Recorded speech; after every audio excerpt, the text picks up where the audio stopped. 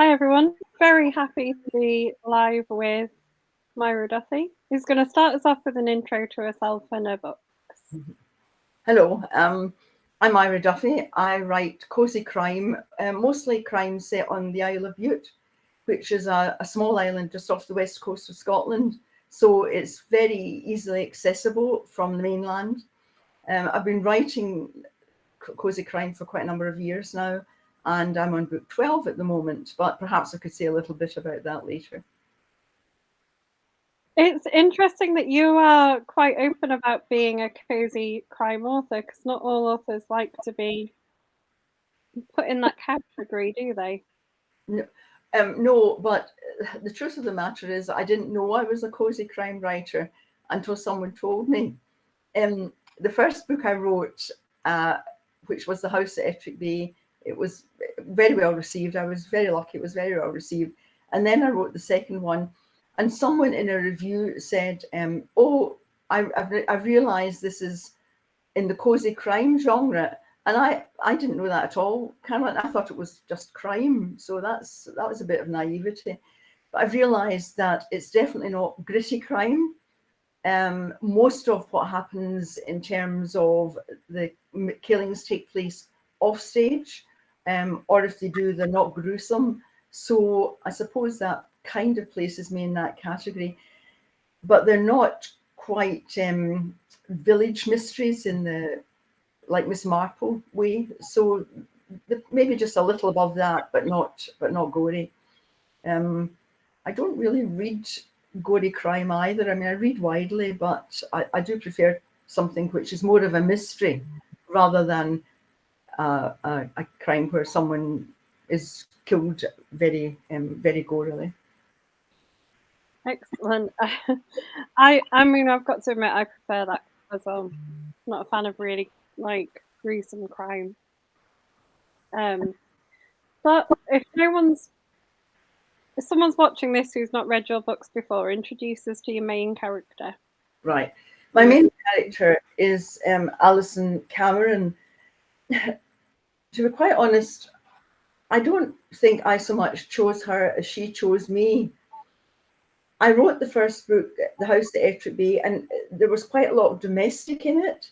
She has a husband, Simon, and she lives in Glasgow. Initially, she lives in Glasgow and comes to Bute in order to take the keys and look after a holiday home, which her friend Susie has inherited. But it turns out not to be a holiday home. It turns out to be a great big Victorian villa set out at Ettrick Bay. And Alison actually appeared in a book which I wrote sometime before Ettrick Bay, which was When Old Ghosts Meet. And it was about a house where 4 people lived together and the sort of mysteries that go on with that. So she was a kind of carryover character. I didn't develop her particularly for the cozy mysteries. So she has kind of stayed with me throughout it. But she's one of those people who doesn't tend to get involved in trouble, but she always does. As someone said to me, you would think Alison would know by now that every time she comes to the Isle of Bute, she gets into trouble, and you would think she would stop coming. But for me, she has to keep coming, or else I would have to stop writing the books. It's quite a different location as well, isn't it, that you've chosen to set them on the Isle of Bute? I don't know if any other novels set there. Oh, there was a police procedure. Oh.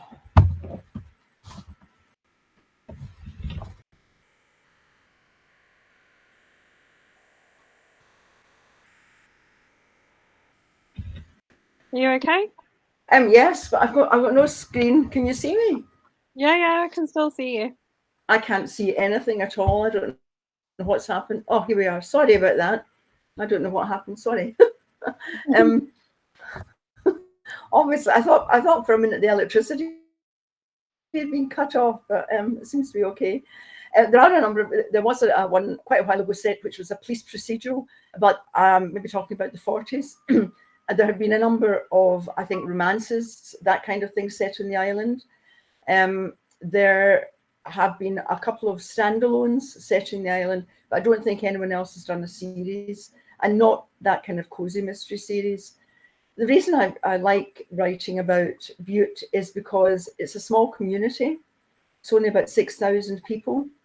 So the kind of island life, the way in which it's very contained, it's very small, there's a lot of gossip. So that very often helps me to move the story forward when I can introduce, someone gossiping about something which Alison overhears or learns about. And so that's partly why I really like. And also, I do include a lot of the history and the geography of the island in my books. If I could give you an example, Endgame at Port Bannatyne. Now, Port Bannatyne is a small village which is outside the main town of Rothesay. But in the mid-1800s, there was the castle, which is Kames Castle, was bought over by a man called James Hamilton. And James Hamilton was a writer to the Signet Library in Edinburgh. He was a lawyer. And he bought this castle from a certain Lord Bannatyne who had gambled away all his money. And James married a woman called Harriet Wynne. Harriet was from a Welsh family, a wealthy Welsh family. Her father didn't have much money after he'd been at the gambling tables. So they travelled all around Britain, sponging off people who they knew. For example, they were very friendly with Casanova, and they knew him very well. So Harriet ended up marrying James, but Harriet didn't like life in the island. It was far too quiet for her. So she used to go off to Edinburgh every time she could. And while there, she spent James's money. And so poor James was reduced to selling the bedroom furniture in order to pay her debts. So that little bit about history, which is and it's a very lovely location in the Isle of Bute, I've incorporated into Endgame at Port Bannatyne, where they're making a film about James Hamilton and his life. So that kind of gave me the basis for a story which incorporated a lot of history, a lot of geography, but was still a modern day event. We got some hellos. Got some hellos from Laura, Donna, and Trevor, who are all watching. Now, you were just saying you've been back from Butte Noir. Oh, tell us about that, because I've seen lots of pictures and it looks amazing. It was absolutely amazing. I do a bus tour, and on a Sunday morning, and I go around the island with people who are interested partly in the island and also perhaps in my books, and we talk about the locations where some of the books are set. So we did that last Sunday, and we were so lucky with the weather. It was a glorious morning. So we were able to get out a couple of times at a couple of the locations. And it's always really, really good fun, a great crowd of people. And I really enjoy that very much. So that's become a kind of tradition in Butte Noir. So as well as doing an event, I always do that. But it was really good this year. I think there were 36 different writers. And for many of them, it was the first time they'd been on the island. So I think they really enjoyed it, yes. Mm-hmm. It genuinely did. Like Donna has just said on here that Butte looks stunning and she was envious of all the pictures from it. Yes. And all the authors I followed who were there just looked to be having the best time. Yes. I think for a lot of people, it's quite a good break, because although there are a lot of festivals all around the country, and they're very good and people really enjoy them, there's something about going on a ferry and crossing the water which makes you feel that you're quite away from everything. Now, you're not. You're still in contact, obviously. You're still in contact with people. But it's just that little bit of water. It's only a 35-minute ferry journey, but it makes you feel you're in a different place entirely. And I think people really enjoyed that. And of course, they have a putting match. Some of the writers do that on the Saturday morning. And then they have on the Friday evening, there was a kind of quiz, which was great fun. And then the Saturday night, there was a a musical event, which I'm afraid I didn't actually go to this year because I had the bus journey on the Sunday and I had to get up for that. But there's loads going on, and it's become popular because it's just a little bit different. How long has it been running? I think it was 2017 it started. And then we only had a couple of years before COVID struck, of course. And then we gradually got back to it. But this year it was really big. A new venue has opened up called Butte Yard. And it's right in the centre of Rossi, but it's a huge place. It takes about 250 people. And that was packed out most nights for most of the events. Interestingly, I don't know if this will mean much to you, but that's the place where Dobie's Garden Centre first started. The major garden centre in Scotland, one of the major ones is Dobie's, and that's where it started, actually, in a very small way on the island. So it's quite a historic site as well. Yes. Yeah, it's good to have. I didn't know about that, but it's good to know, like, that. Where I live is where M&S started. Yeah. And it's still has like a historical site. Yeah. Is it? I think every place in Britain has some really fascinating places or events connected with them. In many ways, we don't have enough information about that. If you were to live to 200, you wouldn't get round all the places in Britain and all the places which are of interest, either geographically or historically. But I think we've kind of lost that. And I suppose that's one of the things I want to try and bring back in my books, that people might be interested in events that have happened in the past and how they inform the present. But they are crime. They are crime. They're intended to be crime.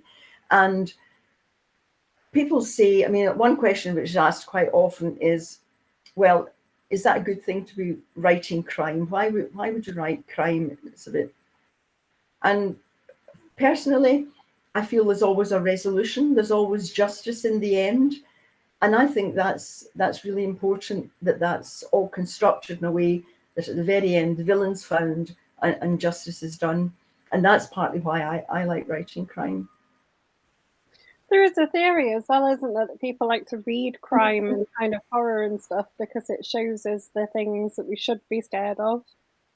Yes. But let's kind of like explore those kind of things in a safe way. Yes, it does. It's the kind of catharsis thing, isn't it? And I suppose that's why some people prefer really gory crime, or crime which has perhaps got quite a lot of violence in it, because it is that kind of Greek catharsis thing that you get it out your system and it's resolved in a way where you're not actually killing someone. But I think mine is quite a step or two down from that. And I would say that if I had to put them on a scale, I think they're more mystery than crime. A crime does happen, a crime's committed, but I want to know what's the motivation for it, what has happened that has caused it, and why would someone want to do that? Why would someone? Well, they say there's, it's the usual thing. It's sex or money or revenge, but these are themes that have been explored since time immemorial. Probably no better than, say, by someone like Shakespeare. But all these themes are the same, but it just shows you that the human interest angle, the human interest is very much the way it's always been and probably always will be. Donna has said that she doesn't think anything interesting has happened in Dunstable or Bedfordshire. No, I would disagree with that. I think that you really have to do a little bit of exploring and go back to the past. And I think you will find that a lot has happened there, even if it's just the Romans. I think it's easy to dismiss somewhere where you've lived a long time, maybe. So I like knowing the history of places because I've lived in a few different places, and it's quite nice to sort of make a connection with the town that you sort of go to live in if you learn a bit about its past. I think that's very true.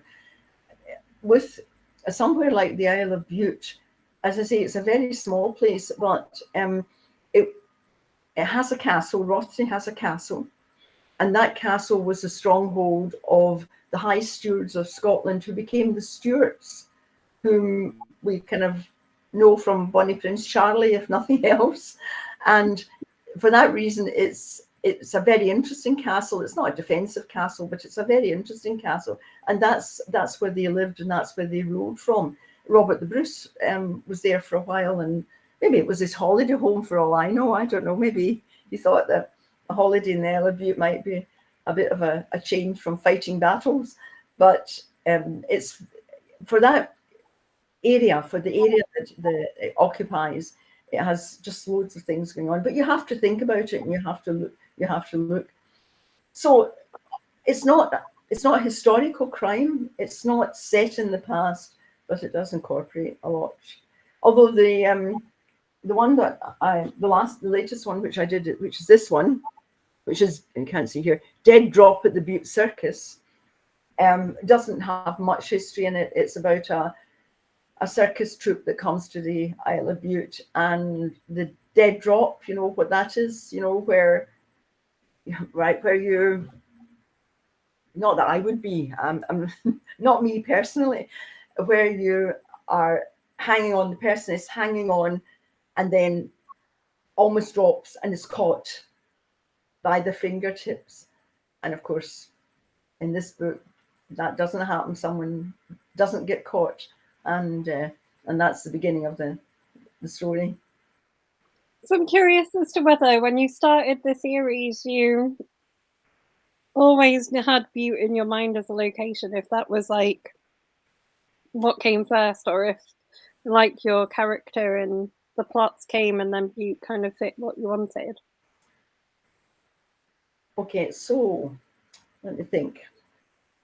I started, as I say, with Alison in this Old Ghost Meet. Now, at that time, my late husband and I had a home in Bute, and we were there a lot. I mean, not for work, we had to be in Glasgow, but we were in Bute a lot.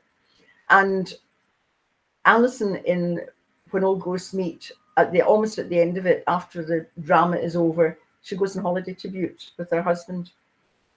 And we were walking along the shore at Ettrick Bay one night, and I said, oh gosh, wouldn't it be interesting if there was a Victorian villa up there? I wonder what it would be like. I wonder what would happen. And that's really how the house at Ettrick Bay was born. Now, there isn't a Victorian villa up there. Some of the locations I use are real. I use, for example, the shops in the main town, but a lot of them are made up. And the Victorian villa was made up. And then I thought, well, what would be the mystery there? And so what I did was I brought a group of archaeologists who were looking for Roman remains on Bute. Now, the Romans were never in Bute. So if someone could find Roman remains, they would really make a fantastic career for themselves. But as far as we know, the Romans never reached Bute. So that was the genesis of the story, that the archaeologists are there and they're desperate to find these Roman remains. And Alison and her husband are involved because they're looking after this house. So having written that one, and I was really delighted that it was very successful. And people said, oh, when's the next one coming out? So I wrote the next one and the next one and the next one, and just kept going and choosing locations which were in different parts of the island, which had something that would spark a story. For example, grave matters at St. Blaine's. St. Blaine's is a 7th century monastery ruin on the south side of the island. And it's a scheduled monument. It's obviously, you can't interfere with it. But I thought, gosh, wouldn't it be interesting if someone bought it over and tried to set up a theme park in this 7th century ruin? So someone comes along, buys it, starts to set up this theme park with things like the Devil's Ride and the Fairy Wishing Well. And of course, there's something behind it. They don't just want the plot of land. They don't just want the old monastery. Now, there's no way on earth that anyone would be allowed to do anything to St. Blaine's, but I just thought it made it interesting. And I think that's partly why it's cozy crime. A lot of the things would never happen. in real life, but they give people a kind of view of something which perhaps, hopefully, as well as it being a mystery, gives them a bit of amusement as well. So they're not too serious. Donna has asked if you worry having such a small location, you'll run out of feasible stories. No, the decision I have to make, this is number 12 that I'm writing just now, and it's called Killing Time at Colcatan. And Colcatan is another small village in the island. And this is set at Halloween. And so it has a kind of ghostly element to it. There's someone in the island who runs ghost tours. And the question is, does he really believe in ghosts, or is it all something that's been contrived in order to keep people coming back on his ghost tours? And of course, there's a killing or two in it. I think the difficulty when you've reached number 12 is, should you stop and do something else for a while? I have another book ready, which I haven't really done anything with, but it's all edited and everything. And it's actually set in really Glasgow, or the outskirts of Glasgow. It's not a detective story either. The main character isn't a detective. But the question is that a good thing to do? There are lots of detective stories set in Glasgow. Is it worthwhile doing another one? So, or should I write something else? So I've got a few choices to make. I enjoy writing the Butte books, and there's still loads of things that I can do, because everything that happens on the island, although the people in the island all are featured in it, it's the people who kind of make it. The killer is never someone from the island, and Alison herself is an outsider. So I'm not talking about, or I'm not using someone who's actually on the island. I'm using someone who is an outsider as the main focus. And I think that's important. Although I did write, purely for fun, a short novella called Dark Deeds at Butte Noir, and it's set at Butte Noir. And I consulted a number of real people in the island, and they're actually in the book. So I've actually used real people on the island in the book, and the story is set at Butte Noir at a crime writers festival. But that was, I mean, that's done well, but I really, really enjoyed writing that. It was just quite a lot of fun to do it, and to kind of have a little look at the way in which writers write and writers behave, and how different writers approach their writing. So that was fun. That does sound good. So do you have like an idea of where you're gonna, I've got so many questions. Do you have an idea where you're gonna end the series? Well, that's interesting you should ask that, because Alison's husband is called Simon. And in When Old Ghosts Meet, there's something odd about Simon. There's something strange about the job that he has. And throughout the series, this job that he has is not well described, shall we say. It's kept quite quiet. Alison doesn't really know much about it either. She thinks she knows what he does, but there are hints that there's more to Simon than meets the eye. And what I plan to do is, when I come towards the end of the series, when I've written the last one in the series, I'm going to write Simon's story, and I'm going to reveal what it is Simon has been doing all these years. And I'm going to have to find a way of Alison finding out what he's really been up to. So that's my plan, to end the series with something quite different, if you like. It won't be a story about Alison, it'll be a story about Simon. Well, that's quite a good way of ending it, I think. Well, I think it should be interesting, and it should give a conclusion to it. But it's very difficult. When I was at Butte Noir, as you know, there's some writers that are maybe on number 20 of the series with the same character. Would I do as many as that? I don't think so. But it's quite hard, because you see, readers come to you and say, oh, when is the next one out? And when are you going to write the next one? Probably what I'll do is I'll write this one, and I think then I will do the draft of another one, which would be number 13. I'm going to give it to a number of beta readers that I trust and ask them if they think it's worthwhile as having a place in the series. And if it doesn't, if they think it doesn't, I'm going to jettison it and leave it at 12 and write Simon's story. Maybe that sounds rather bizarre, a bizarre approach, but I wouldn't want to trundle on. Do you know what I mean? Putting out story after story after story. So 12 is quite a good number. It's quite a respectable number.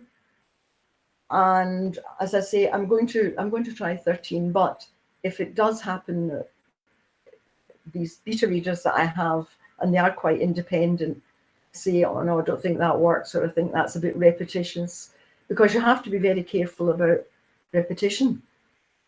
That you're not saying the same thing over and over again, even though the killings might be different and locations might be different. There's only so much you can do in terms of the character, I think. So does that sound a possibility, do you think?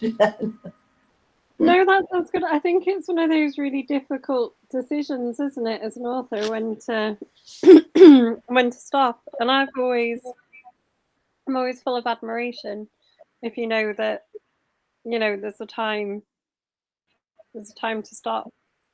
And I think you have to separate that as a fan. So I love the Ruth Galloway series, Ailey Griffiths. And I am deeply, deeply sad that it has ended. Mm-hmm. But I also really admire that she had the courage to end it when she did. Yes, interestingly. Yes, like, I think it's right, and I think we have better books for it. But I can still be a little bit sad as a fan, if that makes sense. I also appreciate that she knew when to end it. I appreciate that. I actually went to hear her talk at Butte Noir, and it was really interesting because that's exactly the question that someone asked. They said, oh, I know you finished the series and we're all really upset. Would you write another one? Now, she didn't say no, but what she did say was that she would have to have a completely different perspective on it. It would have to be something quite different that she tried in order to keep it going.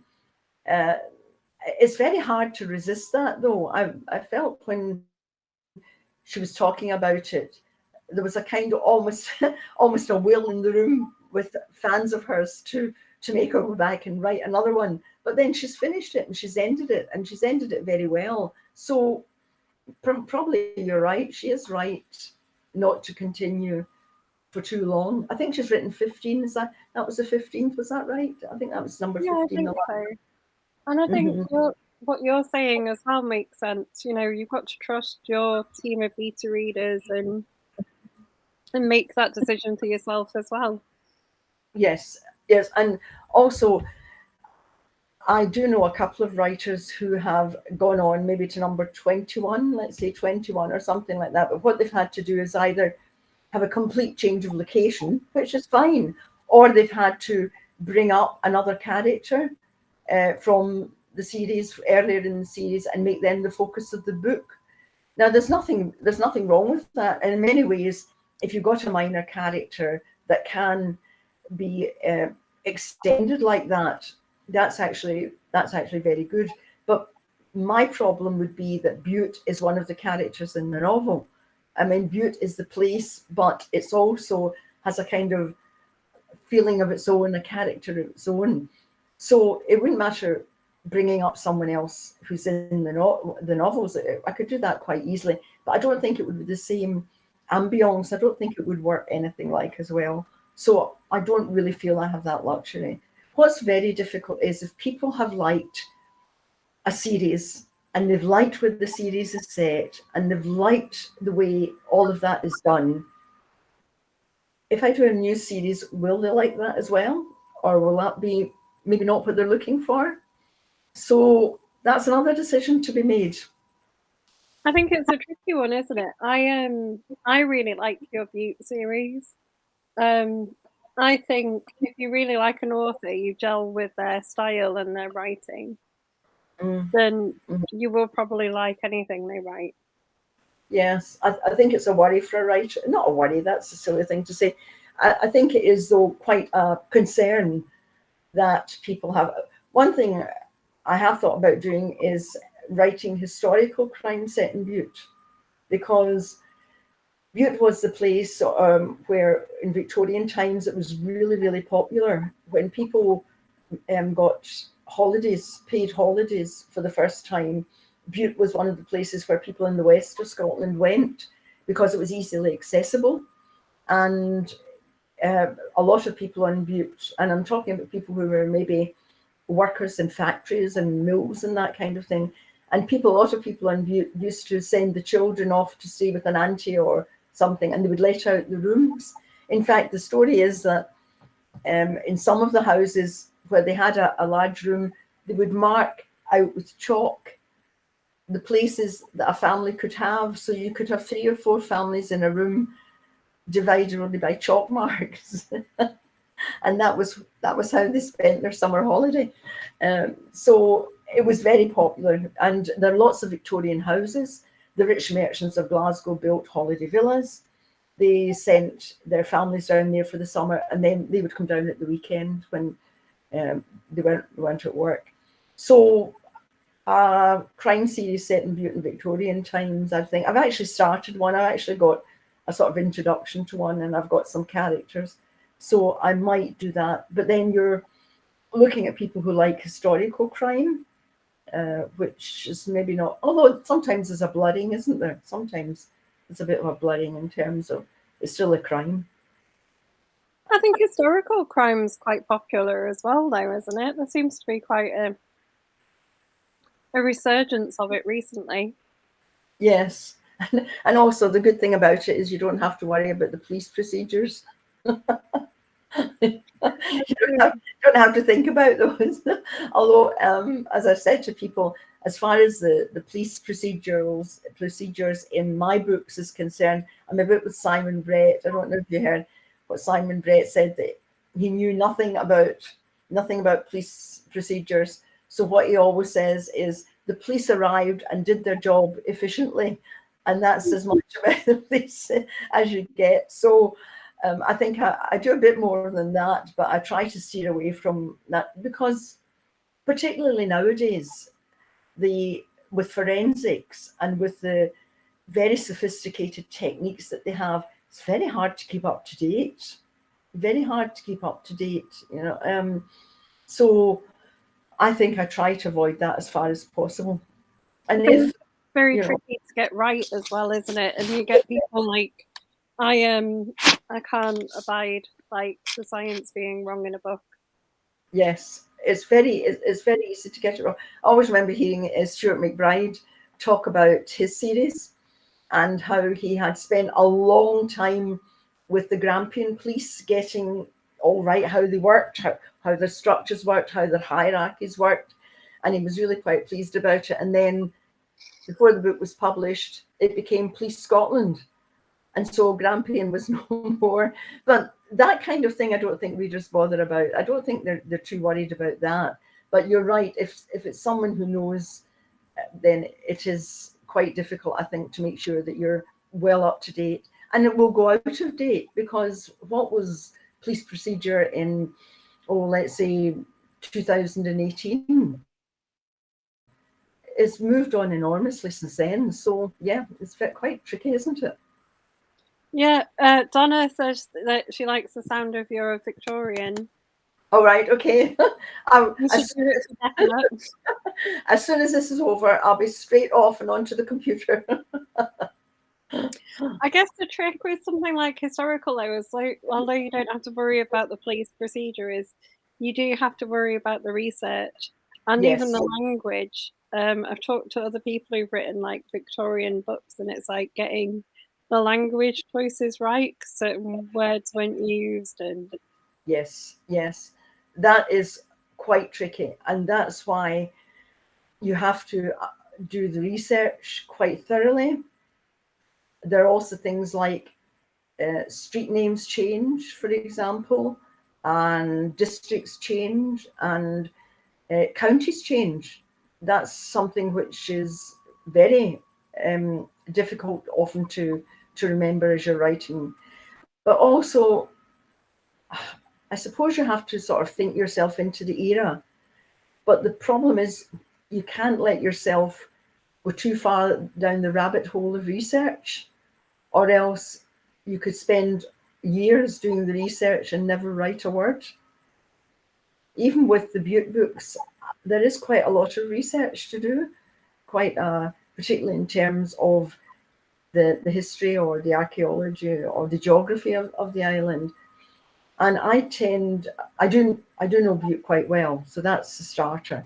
But what I tend to do is write and then go back and do some of the research things that I'm maybe not terribly familiar with. This new one, Killing Time at Kilcatton, in the outskirts of Kilcatton village, there was a place called Kelspoke Castle. Now, all that's left of it is one tiny block of red sandstone. No one seems to know what the castle was, or indeed if it was a castle, but I've kind of used that in this new book. But what I'm a bit worried about is that I'll have to make sure I put in the disclaimer so people don't go looking for the castle. And it's that kind of thing you have to be very careful about when you're doing the research, that you know exactly what was in the locus, what was in the place, and what it's like now. The other one that was quite tricky for me was when I wrote Bad Blood at Rothesay Castle. And in that one, it was a party of Stuarts coming from America to search for their Scottish ancestry.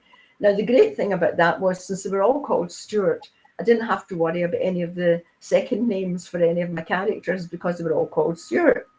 But I wanted a location near Rothesay Castle for them to stay in a hotel. So there's a building just opposite the castle, which is, it's a Victorian building, but it's an estate agent's now. And so I thought, right, I'm going to use that and make it the Stuart Hotel. So these people all stayed in the Stuart Hotel next to Rothesay Castle. At one of the events I was doing, this woman came up to me at the end and she said, "Can I ask you something?" I said, "Of course. I've been all over Rothesay and I can't find this Stuart Hotel anywhere." So I had to confess to her that, in fact, it was a location, but it was converted into the Stuart Hotel. So I try as far as possible to make sure that I use real locations for the main areas, and the ones that I make up, I try and alert people to. Since that happened, I thought this poor woman tramping all over Rothesay trying to find the Stuart Hotel without success. That can be quite good fun, though. I've had fun in some places going around looking for where things have happened in books. Yes. Well, one has to be careful to choose places that are of interest and which can be used in the book successfully. But you also have to be a bit careful about what you do there, what you say. I'm thinking about the Ettrick Bay Tea Room. Out at Ettrick Bay, there's a tea room that's been there for many, many years. And it's a great favourite with people that come to the island. Great favourite with me, because they do wonderful cakes. And I'm always very careful, although it features in it, nothing bad would happen there. I would never set a murder there or anything like that. But I do use it as a location where people meet, where perhaps there is gossip or someone overhears something in the tea room. So the balancing act is very important, I think. The other thing that's very difficult is names. I try as far as possible to make up names, because surnames, that is, because I wouldn't want anyone, particularly on the island, to be, upset or offended by it. They might not have me back, and what would I do then? I would be absolutely stuck. They might bar me. They might not let me off the ferry. Is there not anyone on the island who's asked you to write them in? Yes. That happens as well. I'm a bit cautious about that, though, because, again, I think it worked fine for Dark Deeds at Butte Noir, because I did ask them, and they were only written in a small way. And I know some writers do sort of offer the opportunity to someone to be in the book and perhaps to give a donation to charity or something like that. But so far I have avoided that. In a different kind of book, I might use real people if they were quite happy. And I do have a writer friend who's used me in a book and made me the killer. I'm not even going to do this. But he was a friend. And that can happen. I mean, it didn't really matter. It's not important. But and they did use my own name, which is not Duffy, so that was all right. But I think you have to be a bit cautious about that, about who you put in the books. So I'm intrigued about what book you're the killer in. Well, you can't give it away though, can you? Because that'd be a spoiler. Well, I won't do a spoiler in case you ever read these books, but yes, it was quite interesting when I found out at the end that I was the killer. But I've known him a long time, so it was all right. That's good. I like to ask all authors this question, so I'm going to ask you now. What have you read this year that you've really enjoyed? Oh, interestingly, what I've just finished reading is a book by Celia Fremlin called Uncle Paul. Now, Celia Fremlin was the kind of doyen of crime, maybe the 50s. She's written some great stuff. And what was interesting was going back to, it's a long, long time since I've read any of her books. And Uncle Paul is, the reason it came to my attention was that Karen, who runs the Print Point, the bookshop in Butte, said to me, oh, look at this. And the cover for the book is a picture of Rossi, although it's not Rossi that's in the book. So obviously, whoever's been the cover designer has just lifted it off the internet and designed the cover around it. So that was quite interesting. So I bought the book and I read it, and it's a kind of psychological thriller rather than a crime. The crime's been committed a long time in the past. But what struck me was how much the writing styles have moved on. Now they're much slicker and quicker, with that much less description and much more in the way of reflection by the main characters than is common nowadays. So although I enjoyed it, it was quite interesting just how the styles have moved on.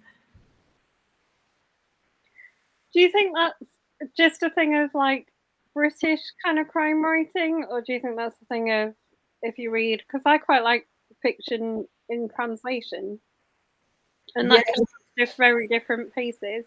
Yes, I think it's probably a British thing. I think it was just the style at the time. I think it was much more, and it's not to say that there aren't writers nowadays who do reflection and that, and the characters reflect on what's happening. But it just struck me that was quite a distinctive thing about the book, and probably now you would have an awful lot more dialogue. Certainly in a popular crime story, you would have an awful lot more dialogue. And I was also with at the event.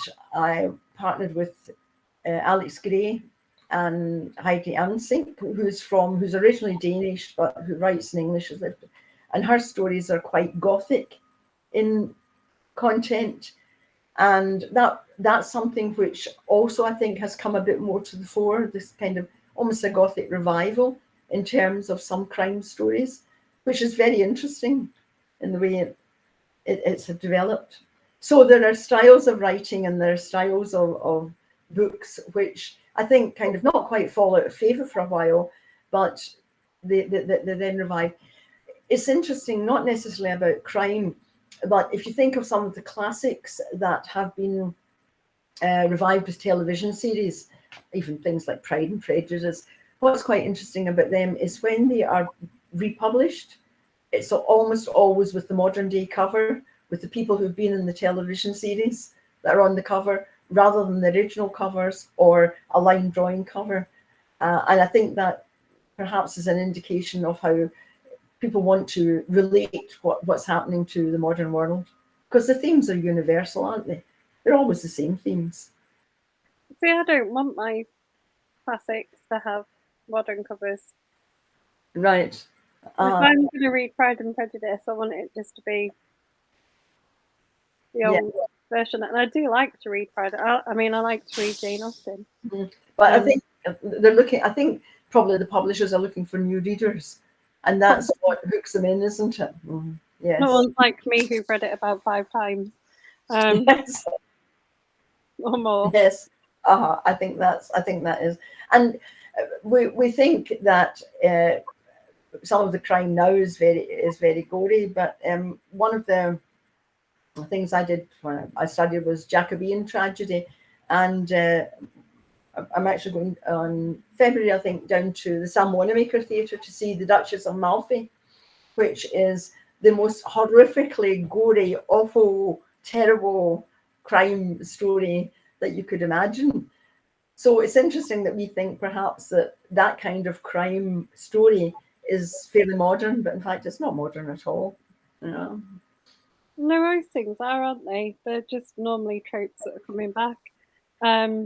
I really like Heidi Ansink's books. Yes, she writes. And Alex Gray, to be fair. Like you three together, wow. Yes, it was quite interesting to do that because we're Alex and Heidi and I are all at different points in the spectrum of crime, if you like. It was chaired by Alex, and she does that very well. So it was really good fun to do it. It's lovely to meet readers. It's lovely to meet people who've read your books, and I think that's probably one of the things which gives you most pleasure as a writer, because it's a very solitary occupation.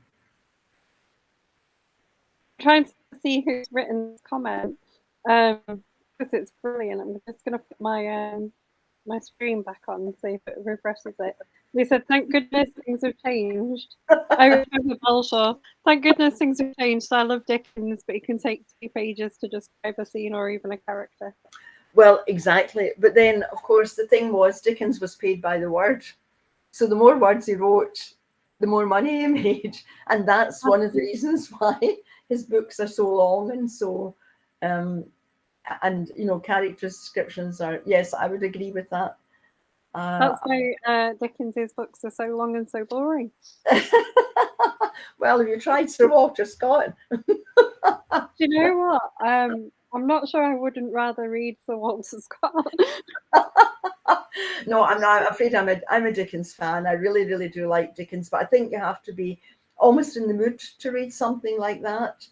I mean, Bleak House is my favorite book. I just love Bleak House. I just absolutely love it. But I think you have to be in the mood to read that. I think the world has changed so much, and we've all become so used to the rapid turnover of everything. The 5-minute read, a lot of on the internet, for example, where you read very short snippets. Short stories, I believe, are coming very much back into fashion because people perhaps have a tube journey and just got time to read a short story in that. So it evolves, doesn't it? It changes, and different writers, different crime writers for different times. Yeah, I guess. Trevor, I think this is Trevor as well. He said he agrees with your statement. Meeting readers is probably the best part about writing, apart from typing the end, that is. Oh, well, Caroline, writing the end doesn't mean anything to me, I'm afraid. I'm afraid I revise so often. I mean, I go back and edit and revise and revise. I was reading an article today about how if you can do it, it's much better to plot a book. But the truth of the matter is I can't plot. I have to just get the words out and then do something with them. But it has its downside in that you spend a lot of time revising and editing because you know that things don't work, or the wrong person's in the wrong place at the wrong time, or whatever. So I really envy those people. I did try once upon a time. I'm in my study at the moment. I did try once upon a time that post-it thing, you know, where you put all the post-its up all over the wall with all the characters and the scenes and everything in it. But all that happened was that some of them fell off, and I got completely lost. So I just put them all in the bin and started again. Fair enough. There's someone else. Donna has said she struggles with Dickens. Laura Hamilton said she read David Copperfield before reading Demon Copperhead, and it was too much one after another. Yes. I just, shockingly, because I'm well known for liking very depressing books, I'm not a big fan of Dickens. I do like A Tale of Two Cities, but most of the Dickens I can leave. And then I think this is Trevor Bilshaw. He said TV has a lot to do with what readers expect to. Sorry, can you say that again, Karen? He said TV has a lot to do with what readers expect to. Yes, I think that's right. It's also very difficult because, interestingly, I wrote The House at Ettrick Bay as a radio play for the Butte Theatre Players, and on the bus trip on Sunday when we were going round, I thought, oh, they would really be fed up listening to me. So I recorded a bit on my phone of that and played it. Well, several people come up to me afterwards and they said, oh, that's not how I imagined Alison, or I didn't think Simon sounded like that. So I wasn't terribly sure if it had been a good idea or not. You know, that sort of way. I'm thinking, maybe I've completely disillusioned them. So yes, I think that television means that people perhaps have a view of their favourite characters, but yet sometimes, and again with Dickens, sometimes the television adaptation is actually better than the book, even with some modern books. I really like some of the books that have been written recently, but they're maybe very long. I'm just hesitating on whether I should say or not. But, you know, the Cormoran Strike series, and I really, really love those. But they're very long. I mean, the last one was, I think Black Heart was 1,200 pages, which is quite a challenge in terms of reading, because I like to try and read as much of the book as possible at the same time. So that was quite a challenge. But the TV series of those have been great, and it's a different medium from the book, isn't it? Something quite different from the book. But then, will people maybe watch the television series but never read the book? And if they do, does that matter? I think it goes both. I like to read the books first, generally, before watching any adaptation. But I don't ever really picture things in my head as I read, so it's quite nice to sometimes see an adaptation, but then I wouldn't have an image in my head of a character overly. Yes. I think the people who adapt them have a very interesting but very difficult job, because trying to stay true to it. If you look at the Vera series, for example, Anne Cleves didn't write all of those. So if you're taking over a character to write about it for television, it must be quite difficult, it must be quite hard. I mean, yours would adapt quite nicely for TV. Would you sort of make a little cameo appearance if they were adapted? Oh, I don't know. People might people in the island might know me. I think I might have to disguise myself.